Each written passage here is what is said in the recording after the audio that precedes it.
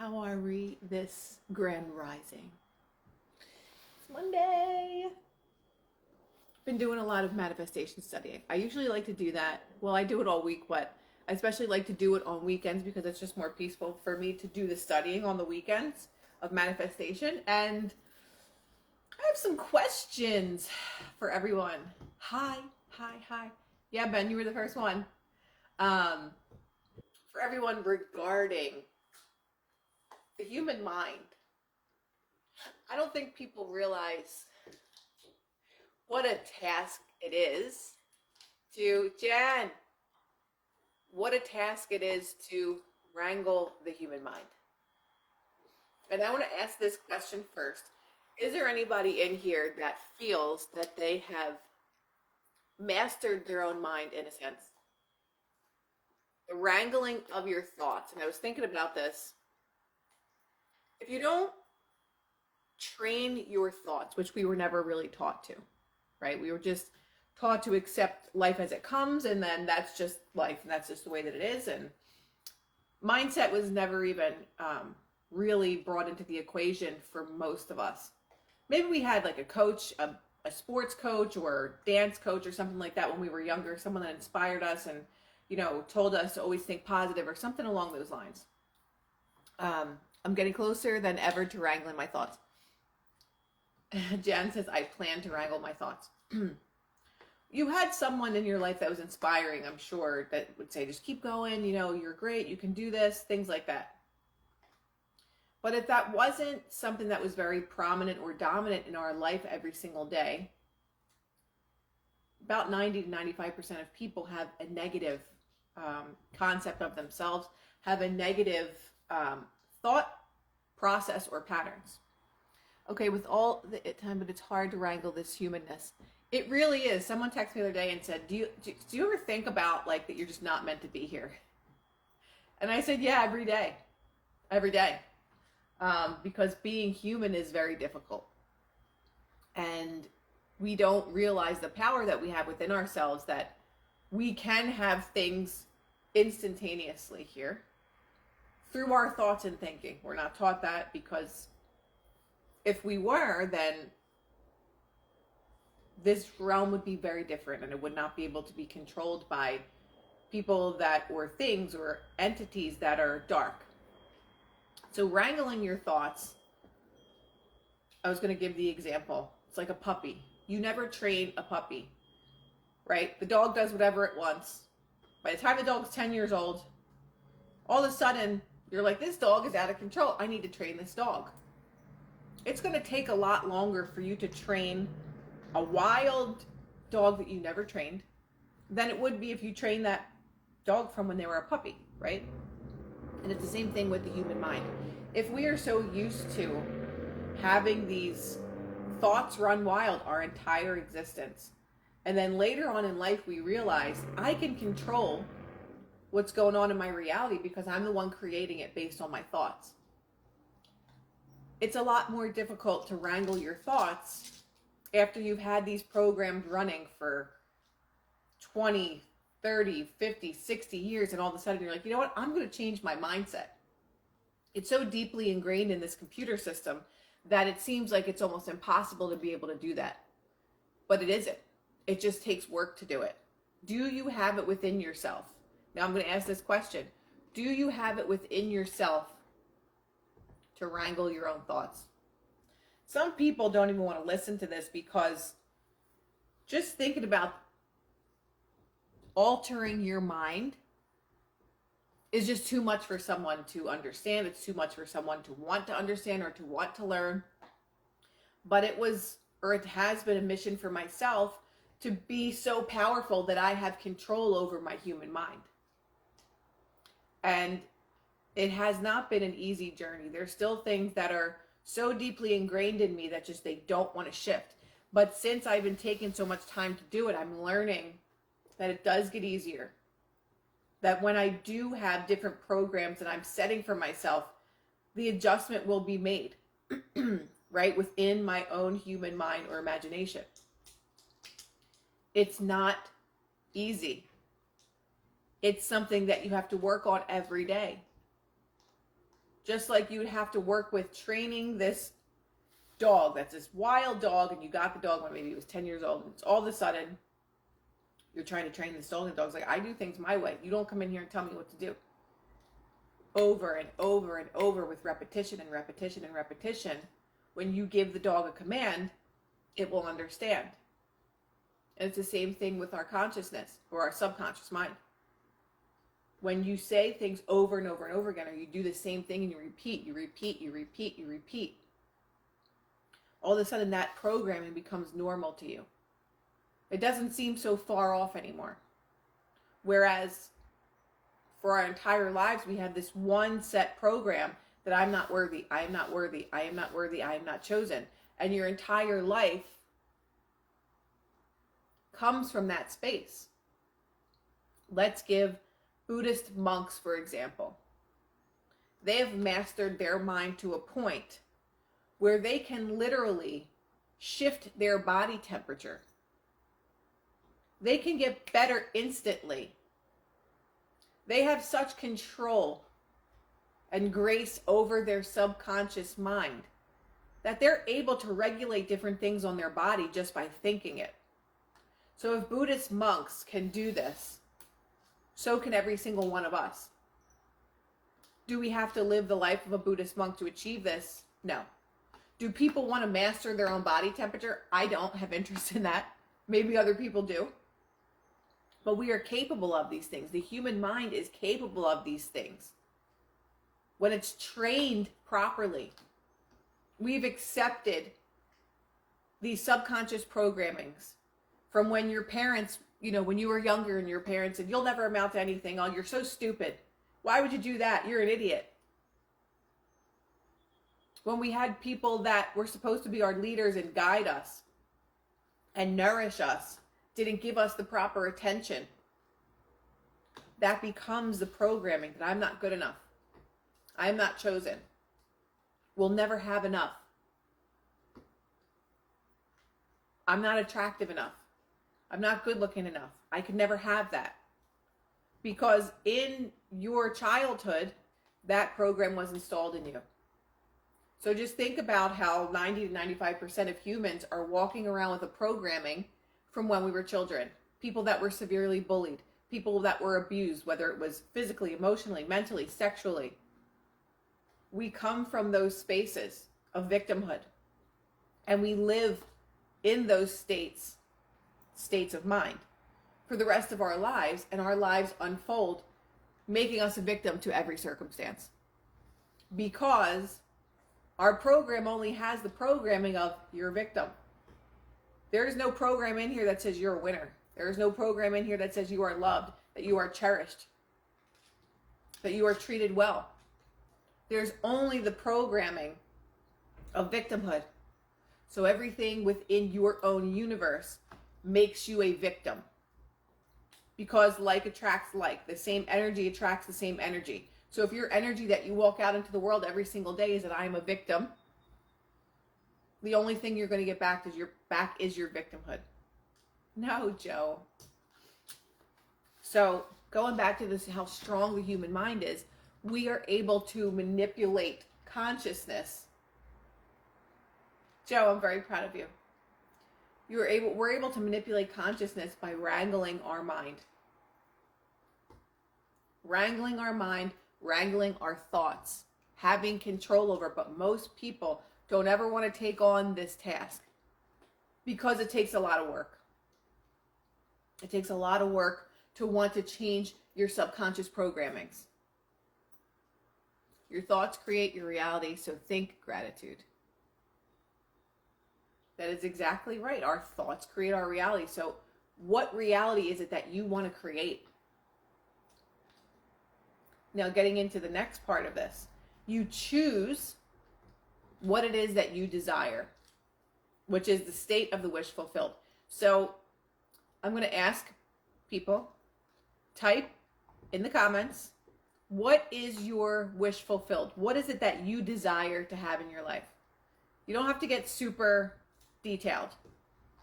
Say you want wealth. Okay, wealth, or whatever it is. Write it in the comment section what it is that you want to attract. Because when we make those statements and say what it is that we want to attract, okay, abundance. So that's one person with abundance. What else do we have? I want to attract abundance. So once you get clear on what abundance means to you, figure out what that means, whether it's, okay, peace and happiness. What is it? Peace and abundance. A loving relationship and great job. Whatever your end is. Financial freedom. Abundance in wealth and love. Money. Whatever that amount is, let's say with money. In your head, honesty. Healthy relationship and wealth. In your mind, what is the dollar amount of your wealth when people come to money? Think about what that is. What would you want to make in a week?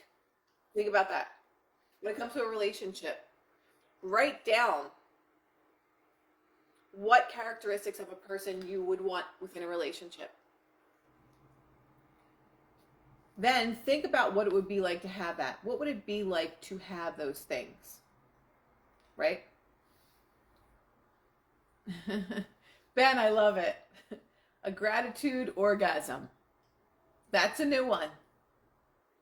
So think about what it is that you want.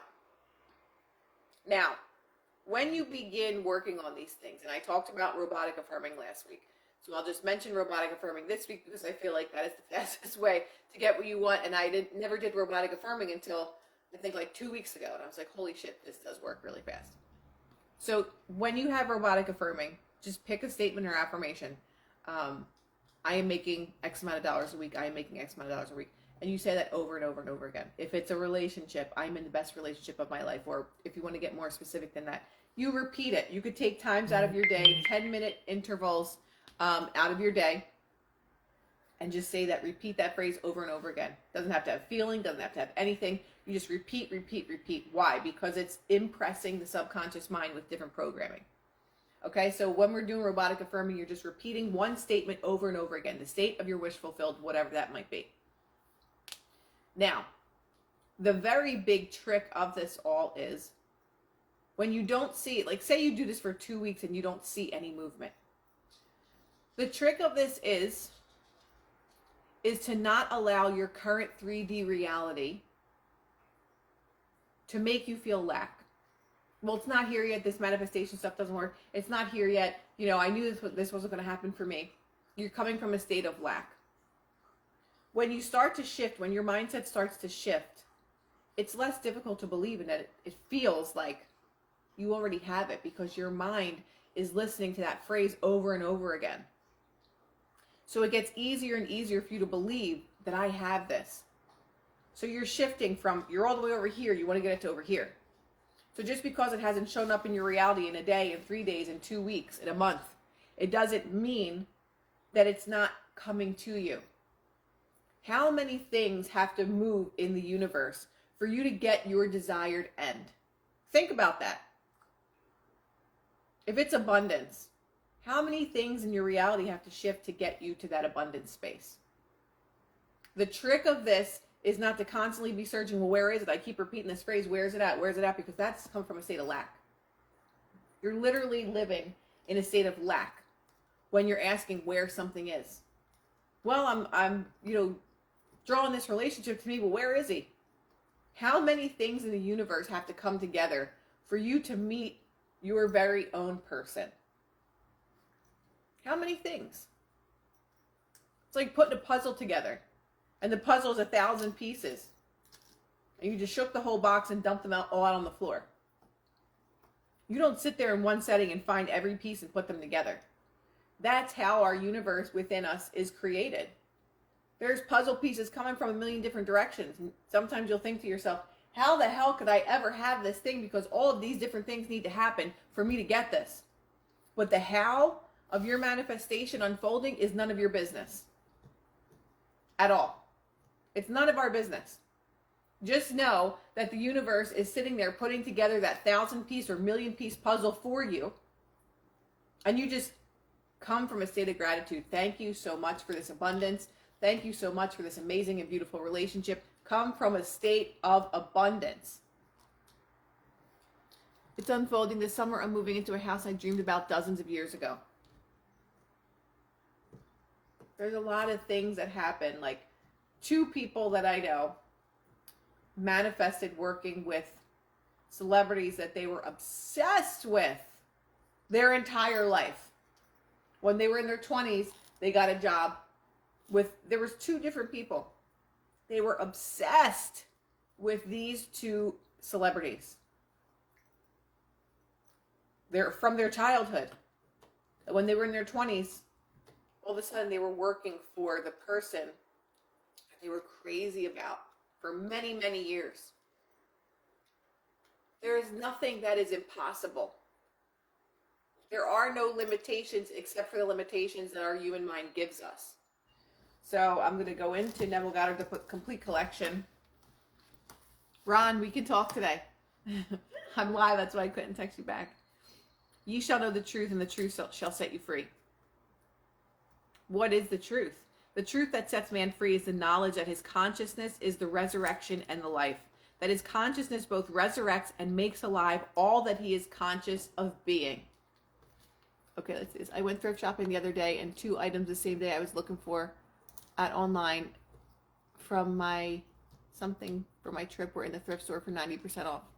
See, even simple things like manifesting simple things like that, it can just come to pass and come to being very, very simply. Thank you, Karen. Okay. Apart from consciousness, there is neither resurrection nor life. When man gives up his belief in God apart from himself and begins to recognize his awareness of being to be God, as did Jesus and the prophets, he will transform his world with the realization, I and my Father are one, but my Father is greater than I. So I talk about this all the time through Neville. My Father, so I and my Father are one, but my Father is greater than I. And this is what Jesus taught. I and my Father are one. So my Father is consciousness. We are one in this vessel. But my Father, which is consciousness, which can never die, is greater than I. Right? So everything that is programmed into your consciousness goes to the afterlife, goes into the next lifetime, takes shape in something else. But it is always our consciousness. It doesn't ever die. This body, we borrowed it. And then our computer, our supercomputer, is just uploaded into this body. I and my Father are one, but my Father is greater than I. Consciousness is greater than I. Consciousness is greater than every single one of us. Because it can never, there's no beginning and there's no end. We don't know where we start and where we end. Our consciousness just goes somewhere else after we leave this vessel, right? He will know that his consciousness is God, and that which he is conscious of being is the Son bearing witness of God the Father. The conceiver and the conception are one, but the conceiver is greater than his conception. Before Abraham was, I am. Yes, I was aware of being before I became aware of being man. And in that day, when I shall cease to be conscious of being man, I shall still be conscious of being. So it's just saying, even though I'm conscious of being a woman in this body, when I am no longer in this body, I still am. I still am consciousness. Thank you, Joe. Jesus discovered this glorious truth and declared himself to be one with God, not the God that man had fashioned, for he never recognized such a God. Jesus found God to be his awareness of being, and so told that the kingdom of God and heaven were within. That's Luke 17. The kingdom of God and heaven were within. In our religion, or in at least Catholicism, or in many religions, we are taught that heaven is somewhere else. But if we are in this body and in this lifetime, aren't we creating heaven and hell through our thoughts and thinking? Yes. Because you get to choose whether you're going to have an amazing day or you're not. That's where manifestation comes in, when you don't see your manifestation come to be. And you allow that to rule your day. You don't have control over your consciousness. Heaven is a place on earth with you. Lana Del Rey. The kingdom of God and heaven were within. When it is recorded that Jesus left the world and went to his Father, he was received up into heaven. Mark 16. It is simply stating that he turned his attention from the world of senses and rose in consciousness to that level which he desired to express. All Lana Del Rey, Joe. So think about that the whole story of Jesus, rising from the dead and all these things, it was a rise in his consciousness. He was able to do the things that he could do because of the level of Christ consciousness that he achieved. It was not Jesus Christ as one, Jesus Christ consciousness. Joe Astrid Christ consciousness. It is a level of existence. It is a level of being. We go to the map of consciousness. So you can see the highest level of consciousness up top is enlightenment. It is enlightenment, and that is what Jesus achieved, was a level of enlightenment. So his level of enlightenment, how high he rose, he was able to do miraculous things. Let's go back to the Buddhists. Buddhists that literally give up their lives to meditate and rise in consciousness. They are able to do similar things that Jesus was able to do. Why? Because they are at such a high level of consciousness. If they can alter their body temperature, if they can heal their bodies, if they could send that energy to other people, how are they different from you or I? They're not. Any one of us can study Buddhism or become a Buddhist monk and go out into nature and just meditate all day, every day, and be able to achieve a certain level of consciousness so that they can literally manifest things instantly. You could change your health. You could change anything. You can change your heart rate. So if they can do that, why can't no one else or anyone else? Okay. So it is simply stating that he turned his attention from the world of the senses and rose in consciousness to that level which he desired to express. There he remained until he became one with consciousness to which he ascended. When he returned to the world of man, he could act with the positive assurance of that which he was conscious of being. A state of consciousness no one but himself felt or even knew that he possessed. So people didn't understand this way of thinking. Jesus figured it out of how to rise in consciousness and what that looked like. So he was a teacher for everyone, and he told people, I want you to be able to do what I can do and more. Not because he thought he was God, but he knew that God was within him, and that if he worked on himself so much, he could do things that most men could never dream of being able to do. It wasn't because he was the chosen one. He chose to rise in consciousness. He figured out how to do this and told people, you can do this and you can do more than what I can do. Now, wouldn't that be a modern day person that would be killed for understanding and knowing how to do these things? How dare you teach people about their own power? So look at him being crucified. He taught people about their own power. And that's a big no-no in this realm, because the controllers do not want people to be so powerful. Man who is ignorant of this everlasting law of expression looks upon such happenings as miracles. To rise in consciousness to the level of the thing desired and to remain there until such levels becomes your nature is the way of all seeming miracles. So if you want something in this realm, love, money, relationships, whatever it is that fills your desires, men that are ignorant to this law of expression look at this as a miracle. Oh my God, Jesus was a miracle worker. these are all the people, which is the majority because we were never taught these things, think and believe that Jesus was a miracle worker. He was just able to achieve a level of consciousness so high that he could do anything, turning water into wine. Literally using his mind. Turning water into wine doesn't necessarily mean literally turning water into wine. It's taking your beliefs and turning it into something great. What are you doing, piggies? Go sit down. Turning water into wine. Taking your current state and turning it into the thing that is desired. Taking your water and turning it into wine. No man comes unto me, save the Father within me draws him. And I and my Father are one. So this is saying, that's John 6:44.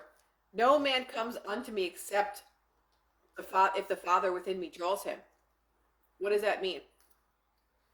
It means that nothing happens in my reality unless I draw that to me through my consciousness and that I am aware of being. So if I'm drawing bad situations toward me, it's because that's what I'm aware of being. Living in fear. Being anxiety ridden.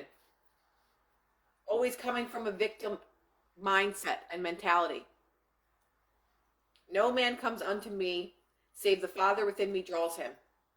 We are drawing everything to us in our experience through our energy, through our thoughts and thinking, through the things that we dwell on every single day. And the only way that we can change them is having the awareness of being them. Getting very honest with yourself of what you truly are aware of being. Even if you're not aware of being, what are the thoughts that stop you from doing things every single day? I'm not good enough. I wish I could do that. How does this person have this? Must be nice to live like that. I'm always left and abandoned. Yeah, I met somebody really great, but it's not going to work out.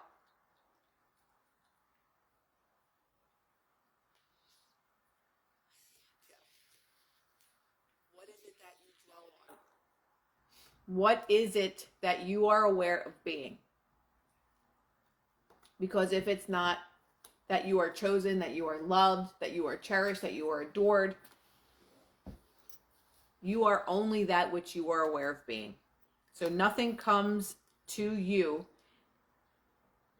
except for the Father that within you that draws it, which is your consciousness. My consciousness is the Father who draws the manifestation of life to me. The nature of the manifestation is determined by the state of consciousness in which I dwell. I am always drawing into my world that which I am conscious of being.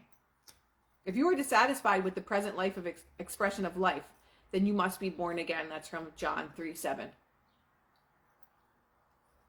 Right? If you are dissatisfied with your present expression of life, whatever is in your life currently, if you're not happy with that, then you must be born again. And being born again means changing your thoughts and thinking so that your life around you can be born again. You guys are quiet today. You cannot serve two masters, Matthew 6:24, or opposing states of consciousness at the same time. Taking your attention from one state and placing it upon the other, you die to the one from which you have taken it, and you live and express the one with which you are united. Man cannot see how it will be possible to express that which he desires to be so by simply a law as acquiring the consciousness of the thing desired. The reason for this lack of faith on the part of man is that he looks at the desired state through the consciousness of his present limitations. We look at everything through our present limitations. We're like, we can never have that. I can never have that. How could I ever have that? Right now, my bank account says X, Y, and Z. Right now, I'm living in a house that I don't even like. That is what you are conscious of being presently. So people can't understand, how can I draw something to me if this is my current reality? We have to think from the inside out not the outside in. Well, this person treated me like this, so now I feel like this. You have to be able to ignore, in many ways, your current reality so that you can live in the state of already having it. Because if you don't have something, and this world out here still looks like shit, like, well, how can I possibly embody that? Like, it's a mind fuck, for lack of better words. How could I reverse that? If I know that my inside creates my outside, how do I change the outside then? Not by changing the outside. If you're looking in the mirror and you're like, I don't like my outfit, do you go and change the mirror? Are you banging on the mirror trying to change the mirror in your clothes? Or do you go in your closet and you change your clothes and then you come back to the mirror and say, oh, that's better? It's the same thing with our reality. This out here is the mirror. You don't go out there and try to change the people, the circumstances, the situations. You change in here. Nobody wants that job because it's not an easy one. But once you do this work consistently, it becomes very easy to you. And then you start to say, oh shit, this was in my power the whole time. This was my power the whole time. And I thought it was the outside that I had to change and not the inside that I had to change. Love it, Tim. Turn your water into wine or lemons into lemonade. What if your desired state requires co-creating with another who isn't conscious? People will argue about this, about the free will of others. But when you're talking about someone else, you have to see that person differently for them to show up differently. And it's not because you are changing their free will. Everyone's projection of reality is their own. So you're not changing that person, you're changing their perception of them. And they show up differently in your reality. There are multiple timelines, more than multiple timelines, happening simultaneously at the same exact moment. You get to choose what timeline you have with a person. There's a timeline where they treat you like shit. There's a timeline where they always show up for you. There's a timeline where they love and adore you. There's a timeline when you have a great business with them. There's a timeline where they say, I don't want to do a business with you. Choose the timeline that you want. And then you live in that space with that person and you see them differently. That's not easy because they're still going to show up in your reality different until they don't anymore. Until that shift happens within you. Not in them, within you. Do you still believe that this person is an asshole and doesn't treat you right? Do you still believe that this person never shows up for you? Or are you able to override those computer programmings and say, he or she always shows up for me. This person is in love with me. This person shows me love and compassion all the time. I'm so happy and grateful that this person showed up in my life. You're not a victim to your reality. You're only a victim to your own mind. Your reality is just showing you what your thoughts are, what your beliefs are. So once you start to unravel that and you understand, I have to start seeing things differently in my mind first in order for them to come out here, because the world is just a mirror to me. So when people say like, oh, I am so happy, or I am so grateful all the time, or like, what is your present consciousness? Oh, I love myself and I'm, whatever it is. And then you look at their current reality, you know that there's something that's not in alignment. You don't have to know who a person is by like being inside their head. You just look at their reality and you know exactly how they think and feel. How do people present themselves to the world? What is, within 5 minutes of talking to someone, you know exactly what they are aware of being. Yeah, can you believe it? Everything is so expensive now. I can't afford this. And, my job, I can't stay at my job. I'm looking for something else. You know exactly where a person's state of being is within the minutes that you talk to them. Oh, how's everything going? What's going on? Oh, I'm just in pain every day. Like, I wake up, blah, blah, blah. you know that that person is a victim to their own reality.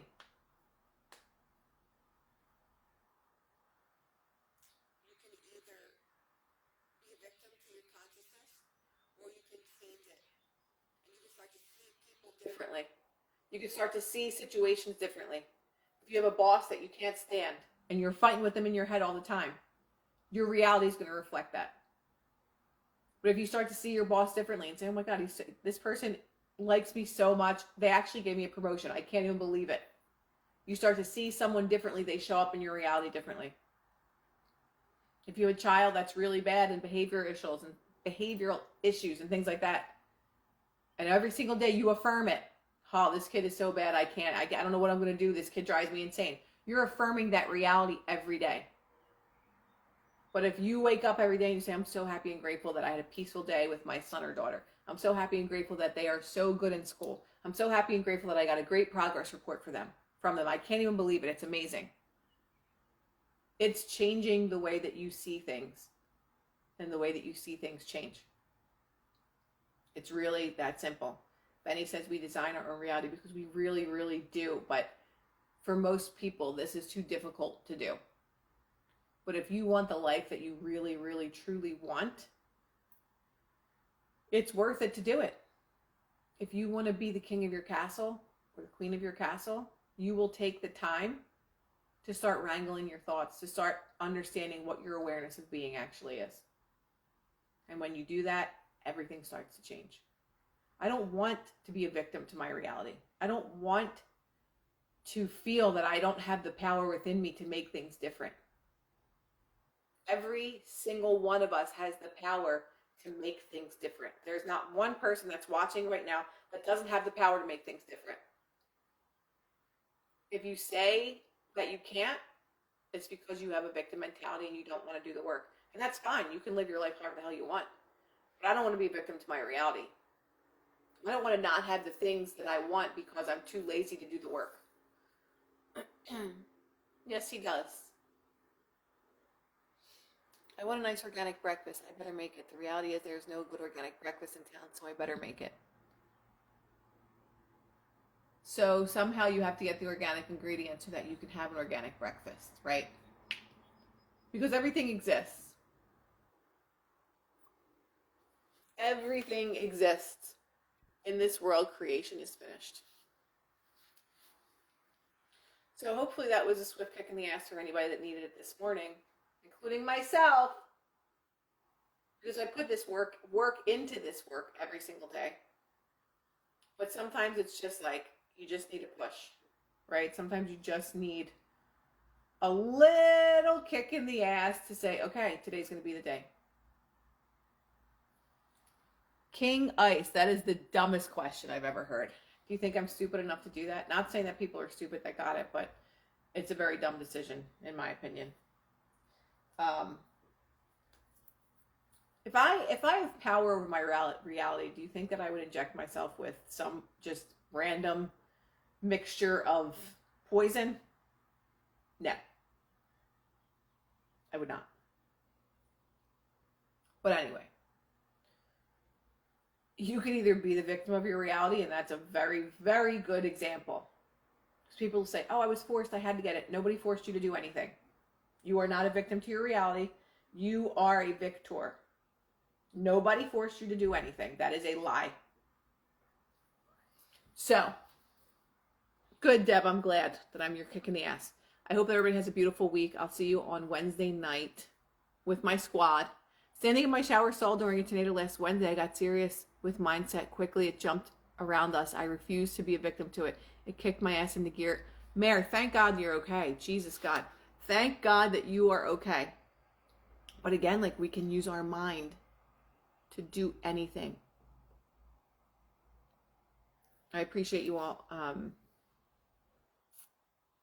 But I will see you on Wednesday night at 9 p.m. Eastern Standard for testimonials. I have my glutathione on today because I learn new things every day with these patches. The glutathione patch can help with allergies. If you put it on this spot, which I did not know, this acupressure point, and it helps with, itchy eyes and throat and things like that. and it really helps. So, Mary, I'm happy that you're okay.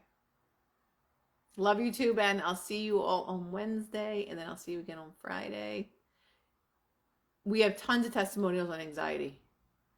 LifeWave, if you guys have questions about patches, just email me. I mean, not email me, DM me, and I'll send you the links and stuff for it. So, have a beautiful day. Love you all, and I will see you on Wednesday night. Hey.